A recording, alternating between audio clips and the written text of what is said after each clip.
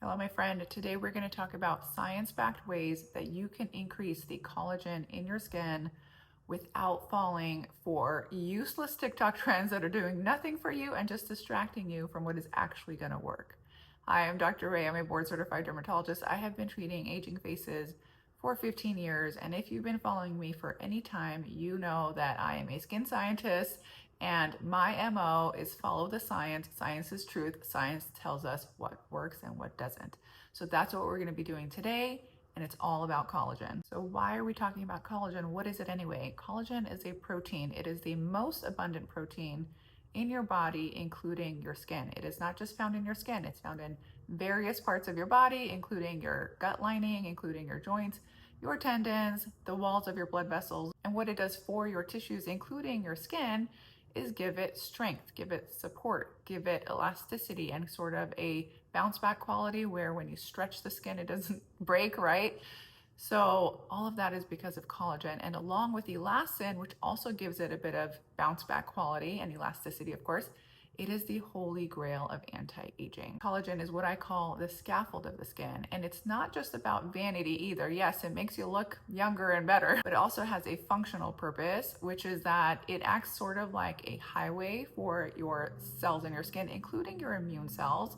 So it actually has a critical role in the immune function of your immune cells in your skin, because if those cells are trying to get, let's say, those white blood cells that are trying to fight infections and tumors and things like that, those white blood cells are trying to get from point A to point B, they actually use collagen and elastin as sort of a highway. And when the collagen is fragmented or non-existent, or the elastin is fragmented and it's all kind of like a messed up little ball of proteins, those cells cannot get where they need to go as efficiently as they need to. So again, it has a vital functional role. So no doubt you're hearing this buzzword collagen in all the product advertisements and on the labels and on the posts, etc. And they're using really catchy phrases like collagen boosting or pro collagen, etc. I want you to know that that doesn't necessarily mean that that product or device or whatever it is has the science and the studies to back up what they're saying. Unfortunately, in the day of easy advertising, anyone can say anything, and they don't really necessarily need to back it up with studies. Okay, so if you're hearing that word, sometimes yes, the products are actually beneficial. They do actually boost your collagen, and they do actually have that effect, and they have proof of that. But a lot of times they don't, and they're just kind of playing on your insecurities and wanting to look younger and fresher, which we all do. Okay, so we're going to look at everything here with a scientific eye, and I want you to know that we talk a lot about producing collagen, right? Like boosting your collagen growth, increasing collagen, etc. But we're often not thinking about is that your body is constantly not only producing collagen, but breaking it down as well. So when we want to increase the overall collagen quantity, density, etc. in our skin, we can target those things that actually increase collagen growth, yes, and we can also reduce those things that break down collagen, and that's going to give you the best outcome and the most collagen, right? And then the most youthful skin. So in this video, we're going to talk about both things, both tactics to increase your collagen and also to slow down the breakdown of it as well. Okay, so first let's talk about how we increase collagen production. There are several ways to do this, and again, science-backed ways. The first is actual products that have been studied and proven to increase collagen in your skin. The two big ones here are retinoids like retinol, tretinoin, etc., and peptides. The third important ingredient here, which kind of does both things, it both helps boost collagen in a sense and also reduces its breakdown, is vitamin C, because vitamin C is a cofactor in collagen synthesis. It is required for collagen synthesis. So if your skin is low in vitamin C, then adding back in that vitamin C in product form is going to help increase the collagen production because it's allowing the collagen producing enzymes to work, okay? So retinoids, peptides, and then vitamin C to a degree, yes, boost collagen production. Okay, the second way you can boost collagen production is with your nutrition. Yes, what are you putting in your body? Are you giving your skin the things that it needs to produce collagen? Things like, yes, vitamin C. Are you taking it internally in your foods? I always recommend getting your essential vitamins and minerals, not from supplements if you can, but through nutrition, because that is going to be the form that is best absorbed by your body and that's best utilized by your tissues. Yeah, vitamin C rich foods. Zinc as well is another element that is required for collagen synthesis. So zinc containing foods. Are you taking in enough protein? Collagen is a protein and it requires those amino acid building blocks. Are you consuming enough protein? Those are the things that are going to help give your skin the building blocks and the elements that it needs to have that collagen producing factory going, okay? The third way to boost collagen production is with red light therapy. You can do this at home with a red light mask or a panel. I'm not going to get into the differences between masks and panels in this video, but either one. And yes, there is data behind red light showing with skin biopsies that it does increase the collagen density in the skin. And so, yes, the studies are not perfect. There's not, a ton of them that are like randomized control trials. No, but there are enough studies that show supportive effects that, yes, I feel confident saying that red light helps boost collagen to a degree. And it does so by increasing the ATP in your cells, by targeting the mitochondria. Those are the energy producing bacteria. I made a video about red light. I will link it in the description below, and it gets into like how red light works and how it boosts collagen and some of the data behind it. So I won't get into it here, but it definitely can have that effect. The fourth way is exercise. Okay, so how does exercise help your skin? Basically, when you are moving your body and you are increasing your circulation because you're moving your body, your heart is pumping more quickly, it is pumping with more force, that is giving blood to your tissues, including your skin. It is increasing the circulation in your skin. And what does that do? Blood is what gives your skin its nutrients. So it's delivering more nutrients to your skin. I haven't even gotten to the stress reduction benefits of exercise, but that is another one. And stress is one of the things that breaks down our collagen. So that's going to come in the next section, is how stress management helps with collagen as well. But yes, exercise does help bring more nutrients to your skin. And by the way, when you are working out your arms and your legs and your core, etc., and you are toning that muscle and you're building that muscle underneath, that's not necessarily directly affecting the collagen, but it is going to help give your skin in your body some structure, some support underneath the tissues, and that does help reduce the degree of kind of floppiness and crepiness of the skin overlying. Okay, so when someone has a lot of laxity, for example, like women get this a lot in the upper arms, that laxity that makes you have sort of like floppy skin and it kind of looks like chicken skin and it's very crepey, etc. When you are increasing the muscle tone underneath that skin, you are going to see less of that. Okay, so that's an added benefit of exercise. It has nothing to do with collagen. Okay, the fifth way to boost collagen growth is sleep. Proper sleep. This is so essential because our collagen production is at its peak when we are resting, when we are sleeping. There is a reason that we need to sleep at night, and it's not just for our brain. It's not just our brain recovery, it's our body as well. Our body needs to recover. Our body needs to have those repair processes going. And part of the repair process is collagen production. Okay, so your collagen production is at its maximum while you're sleeping. And if you are getting crap sleep, not enough hours, and you're going to sleep very, very late at night, and you're not getting into those restful deep sleep stages, then your collagen production is not going to be at its peak, okay? And if you are someone who gets chronically poor sleep, or you know someone who gets chronically poor sleep, then you might have noticed the changes that brings about on your skin. And this has actually been studied as well. And the effects of sleep on skin have been studied as well. And so this isn't just, again, pulling something out of thin air because it sounds trendy, but we do know that sleep affects your skin and how it ages. So that's a big one. The sixth way to produce more collagen in your skin is by taking collagen supplements. Yes, this is a little bit controversial. Yes, there is some data behind it. No, it is not amazing and super robust and everybody should be doing it all the time. And every single dermatologist on earth recommends collagen. The reason is because the data is a little bit mixed, but overall, when you're taking the studies as a group and kind of looking at the trends of them, yes, overall they do show that there is some potential or increased collagen production. Here's what I say to people about collagen powder. It is not going to be a game changer, okay? Do not look to it to reverse your wrinkles or any of that. There is some data that it improves fine lines and hydration, okay? But even there, I wouldn't hang my hat on that. I would look at collagen powder, collagen supplements as an adjunctive measure that is additive to all the other things that you're doing, the products, the lifestyle, the in-office treatments, etc. It is not going to replace any of those things.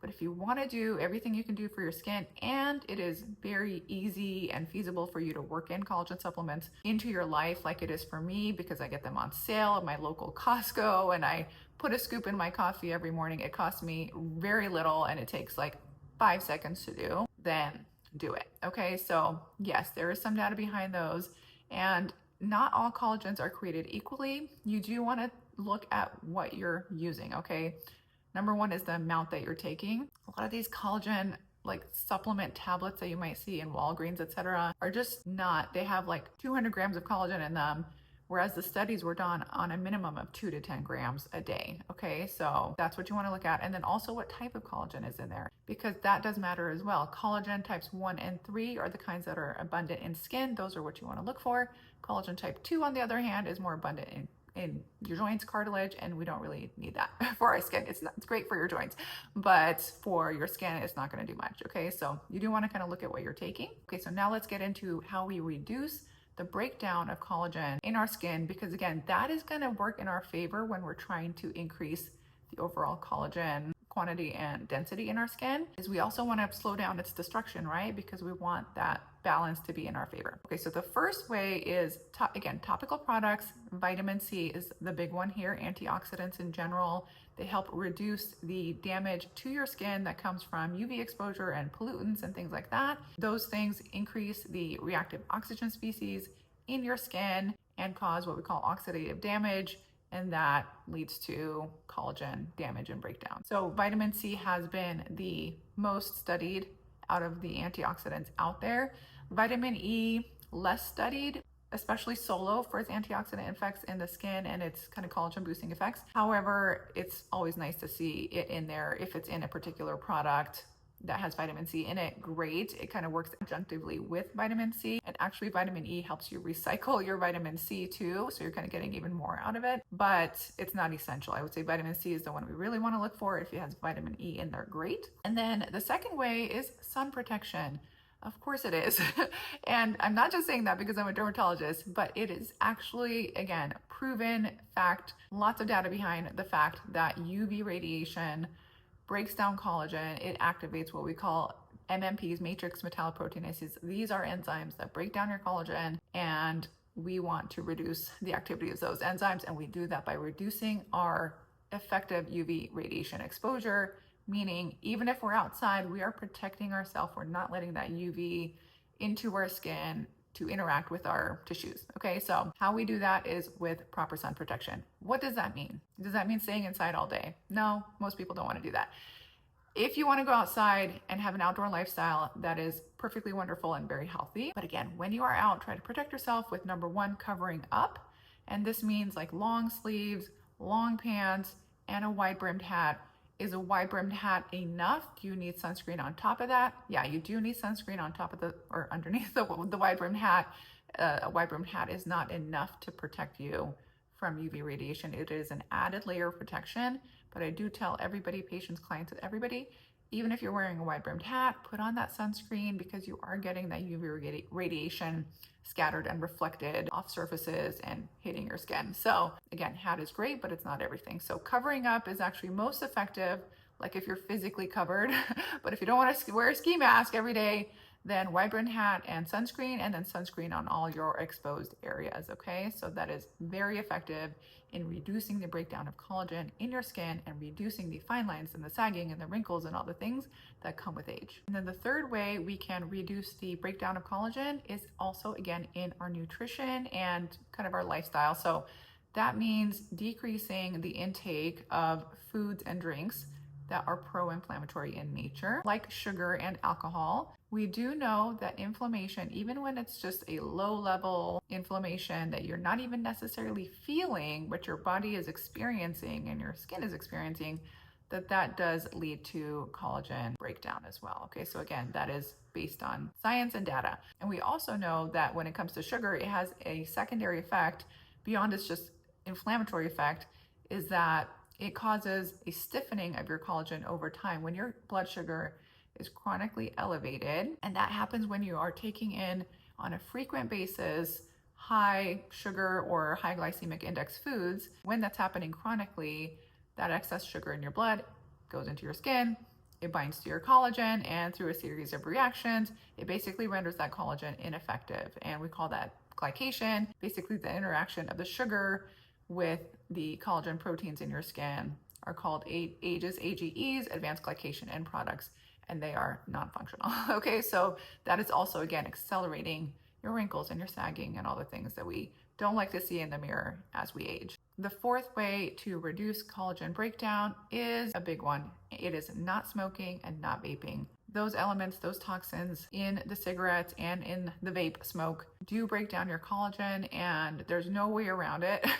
It just is.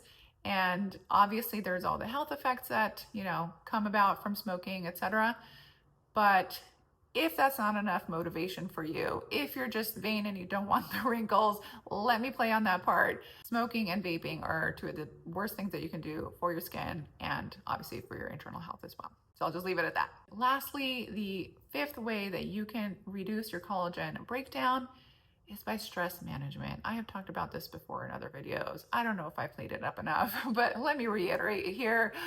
Stress increases your cortisol levels. Cortisol breaks down your collagen, it impairs your skin barrier, it leads to more reactive skin, and all of that leads to many of the changes, again, that we see in our skin that come about with age. Of course, they can start earlier on if you're a highly stressed person. If you take two people with the same DNA and one of them is overstressed, chronically overwhelmingly stressed throughout their life and the other isn't, or they manage their stress better, you will see a difference in their skin, and all else being equal. And that's because of the effect of that cortisol. So I've said this before, but it's not about how much stress is in your life. Everybody has different levels of stress. We all have some more than others, right? It's about how you are tackling it, how you are managing it. Are you letting it get you to your wit's end? Are you letting it raise your cortisol levels or not? And that all depends on how you are managing it. And there are many, many different ways to manage your stress that we won't get into here, but things like, exercise, movement, we touched on that before, or meditation, or breath work, or journaling, and many other ways. So again, are you allowing it to affect you or not? And when it's affecting you emotionally, or you're getting anxiety, or you're just kind of a high-strung person, etc., you can bet that your cortisol is high and your collagen is being broken down more quickly. I'm not trying to fearmonger here. I'm just trying to wake you up a little to the fact that if you are a highly stressed person, it is really, really important to get that under control, to find ways to manage it, not just for your skin, of course. We're here talking about beauty, but I care about your internal health as well. And stress is also one of the most destructive things for your well-being, your internal health as well. Okay, so stress management. There you have it. Those are the several ways that you can both boost collagen production and reduce its decline so that you are overall having a net effect of more collagen in your skin. And I do want to say that when it comes to these things, it's not about perfection all of the time, 100%, every single day, 24/7, okay? It is about consistency and small steps that you can do consistently, okay? This is one of the reasons too where I'm never a proponent of using like 20 different products in a routine. Number one, because you don't need them. They're probably doing more harm than good and they're just unnecessary. But also it's just hard to stick to a routine that takes you 30 minutes in the morning and 30 minutes at night, right? So when you are doing those essential steps, those small steps, those 3 to 5 products at night that are going to do the best for your skin consistently, and that again means like most of the time, if you miss washing your face one night, don't put on your products. One night, it's fine, not a big deal. But if you're overall consistently doing it, that's when you're going to see the effect. If you are indulging and having a piece of cake on your kid's birthday, please do that. Nobody can be perfect with all this stuff, right? I love sugar too. I love cake and I like cookies. It's all about overall, like, are you having the cake and the cookies every single day, 3 times a day?